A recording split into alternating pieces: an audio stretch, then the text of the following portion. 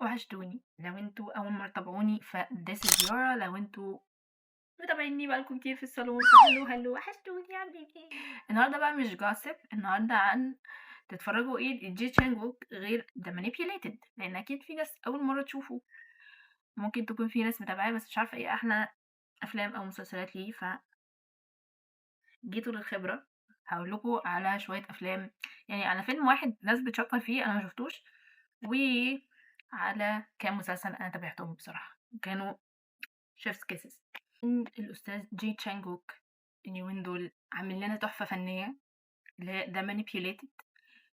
المسلسل ده أنا كل لما أتابعه شوية بيعملوا الغير متوقع، يعني آخر حلقة، يعني آخر حلقتين اللي هي بالذات الحلقة السابعة لما موت الراجل اللي كان المفروض هيموت جي تشانجوك في السجن.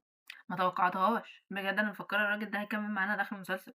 انتوا بتهزروا ولا ايه؟ كانوا جايين يقتلوه لنا في الحلقة التامنة. ايه الهزار ده؟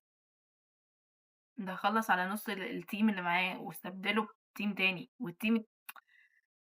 خلّص على نُص الteam بجد. يعني الteam اللي كان مسؤول معاه لحد ما جه تشانجوك هرب، قتلهم، هيجيب team تاني بقى. آه، شُفتوا استبدلوا بمين؟ أنا حاساه كان دراعه اليمين تقريبًا، اللي هو بيروح يموّت الناس، هو مش عايزهم. استبدله بالبنت اللي هي الصينية دي. فكرة إن جي تشانج-wook ابتدى يحقق في الموضوع، غير كده إن هو هيسلّم له المجرم الحقيقي، عشان هو أهانه الراجل. دي أنا ما توقعتهاش، أنا مفكّراه. أصل أنا قعدت وأنا باتفرّج كده هيسلّمه له، طب ما هو لو سلّمه له ما كده ممكن يقول له يعرّفه مين اللي وراه، ما كده هيبقى خطر عليه، والّا مش هيسلّموه. أنا كنت ما بين البنين لمّا جابوا بقى إن هو هيسلّمه له قُلت إيه العبط ده، لو كان فرحان. طب يا عبيط، ما أنت كده هتبقى في خطر برضه. والّا هو مش فاهم الpoint دي، ما علينا. بس جاية أقول لكم على كام مسلسل لجيه تشانج-wook. طبعًا داكيتو، أنا هيتنبح صوتي معاكم في داكيتو، معروفة. Fabric City ما اتفرجتش عليه، بس في ناس كتير بتقول عليه إن هو حلو، وإن هو شبه آآ The Manipulated، وما أعتقدش إن هو شبه The Manipulated، لأن أنا كان ممكن، يعني لمّا دوّرت ما لقيتش حد من الأجانب بيقول الحوار ده.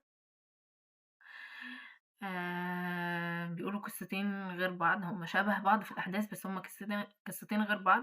The Fabric City ده فيلم. فيلم تاني أو مسلسل اسمه The Healer.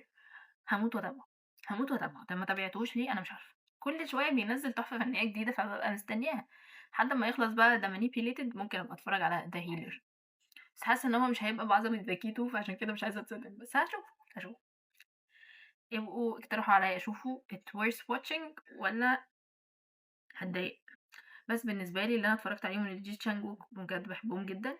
Welcome to Sandalwood، Love Track in the City، و Worst of Evil. Worst of Evil ده تحفة، تحفة. كلمة تحفة قليلة عليه وما حدش بيتكلم عليه كتير.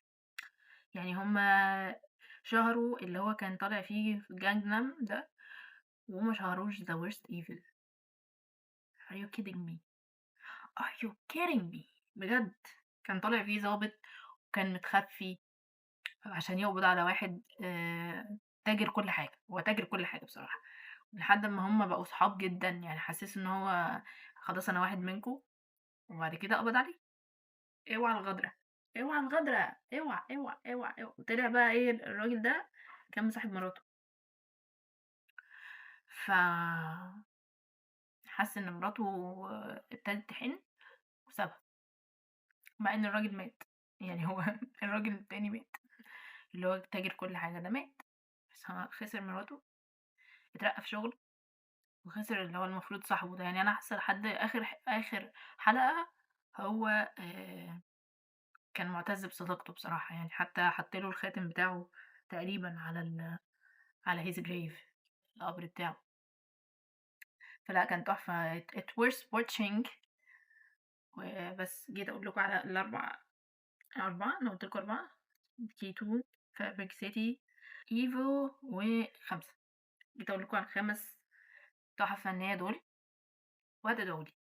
بما إنه يعني اللي شاف جي تشانج-wook لأول مرة ممكن حابب يتابع حاجة تانية ليه، ففي thank me later بقى خلاص. And yes, that was the video of today.